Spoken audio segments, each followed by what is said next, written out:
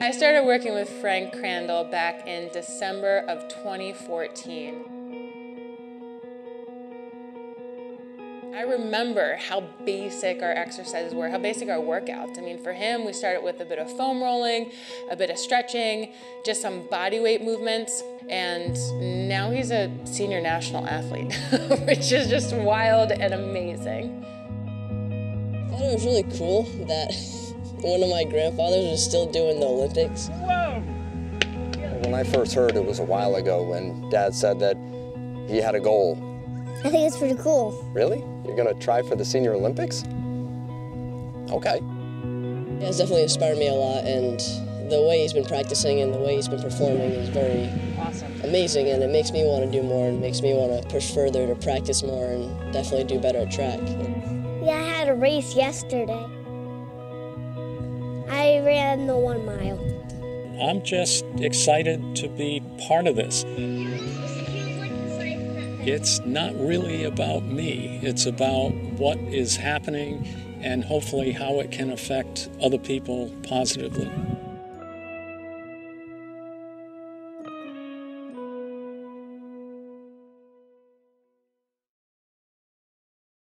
About 2.5 years ago, I decided to start a conditioning class with Julia Girman, and after about 6-8 months, I began to feel better, stronger, and I lost 20-some pounds, and I mentioned to Julia that I would like to throw the discus again. Thrown any track implement since high school in 1970. He came into session one day and was like, you know, I think I'm gonna start throwing the discus again. And I said, okay, sure. He is throwing a discus right now. How far he was throwing was further than I would, and I never thought that was really possible. Don't tell him I said that. When I came back to class, Julia mentioned, you know, there are Senior Olympics. And I said, you know what, I can compete with some of these other senior Olympians. We always talked about the good old days when we played track and what events we did, and I just kind of was thinking that that's well in the past. And then I start hearing that he's actually got a trainer. You want to see something fly? Here it goes. I met Frank through the men's head coach at URI, John Copeland.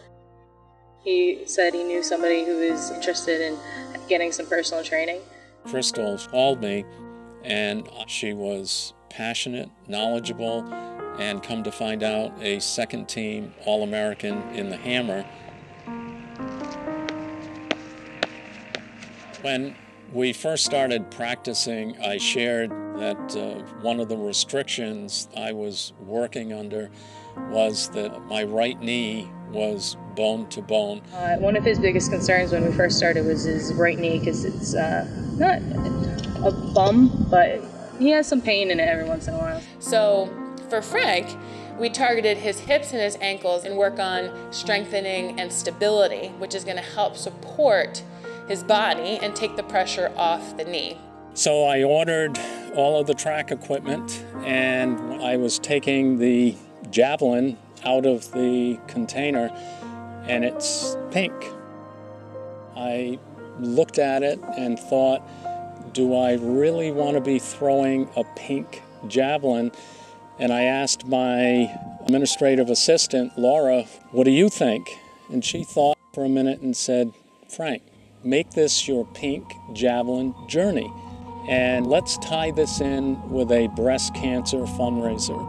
And to date, we have generated over $2,000 in donations, and I'm hoping by the end of this initial journey that we'll exceed $3,500 in donations for a very, very good cause.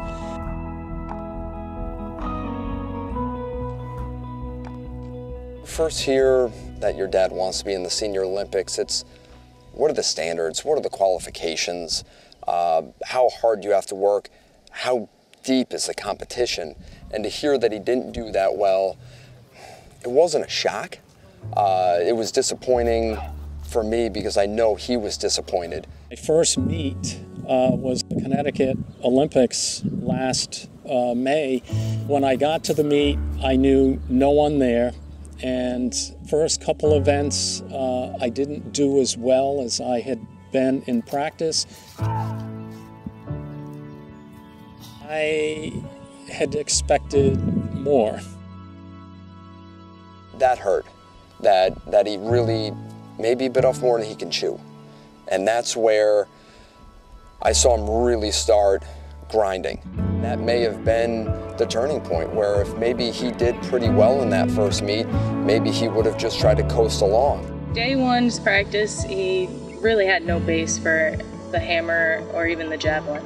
So those were two that were pretty interesting. He doesn't fail at anything he does. It's great to see the progression. You know, I definitely think he's capable of 100 feet in the hammer and the jab. I would say that my brother, Frankie, and Heather and I all kind of get from him is that if we get knocked down, we just get back up, and you got to complete what you said you were going to do.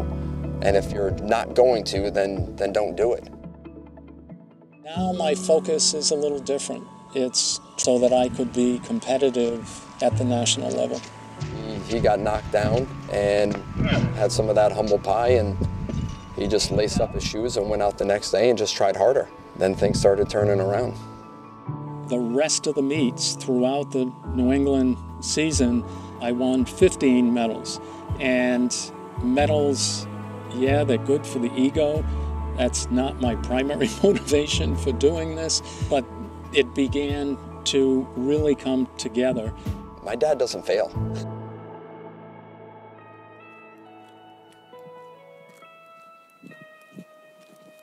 There's a team of professionals that have been integral to my success.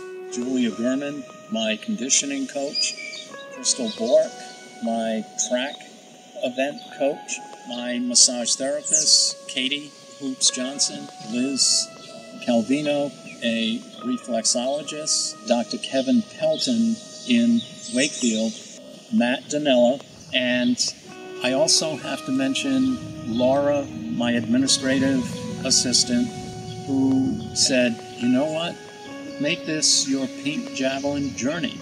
And that's where all of this started.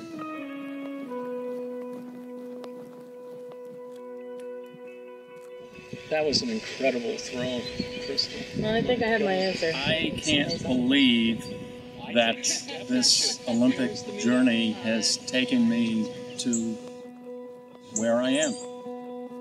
It could not have been done without some very, very wonderful people. What do you think, Levi? Say, go Pop! Hi, Dad.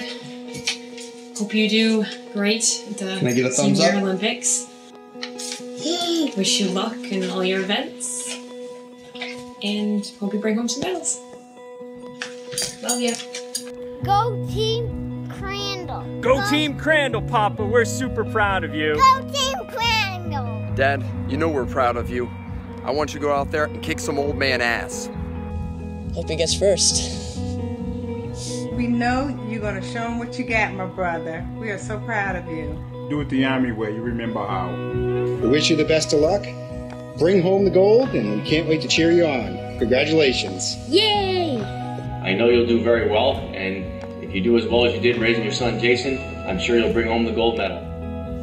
People ask, why did you do this? Primarily, I'm doing this for my family, my children and my grandchildren.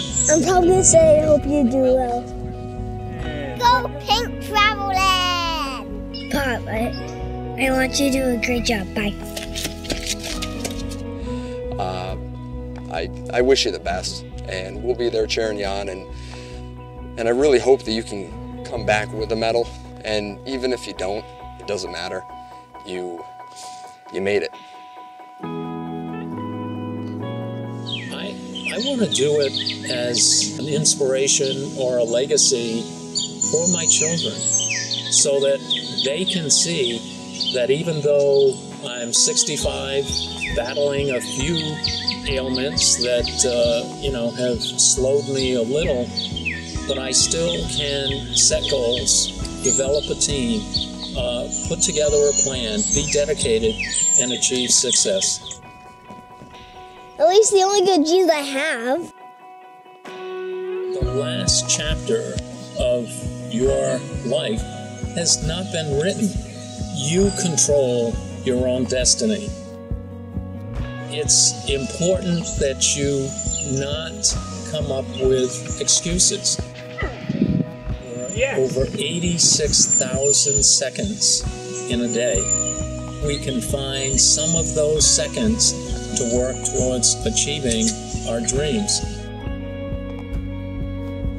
Success is not final. Failure is not fatal. The importance is continuing on the effort to succeed. Thank you.